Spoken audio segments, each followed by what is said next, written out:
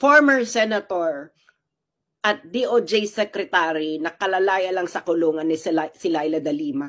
Kasi isa rin to sa mga noisy, no? Isa rin to sa mga noisy. Okay, super noisy. Okay. Ngayon, issue nila yung confidential funds. Tama naman, sumasang-ayon naman kami. Ang pera ng taong bayan ang pera ng gobyerno ay pera ng taong bayan. Kaya dapat halughugin. Sabi nga ni Senator Risa Ontiveros na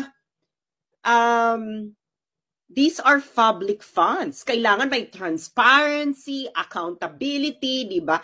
Kaya inspired kami sa mga kakampings, no? Na katulad ni Senator Risa Ontiveros. Pero dapat, Madam Risa, hindi ka selective. Dapat, kung confidential funds ang issue, dapat lahat. Dapat kahit kakampi mo.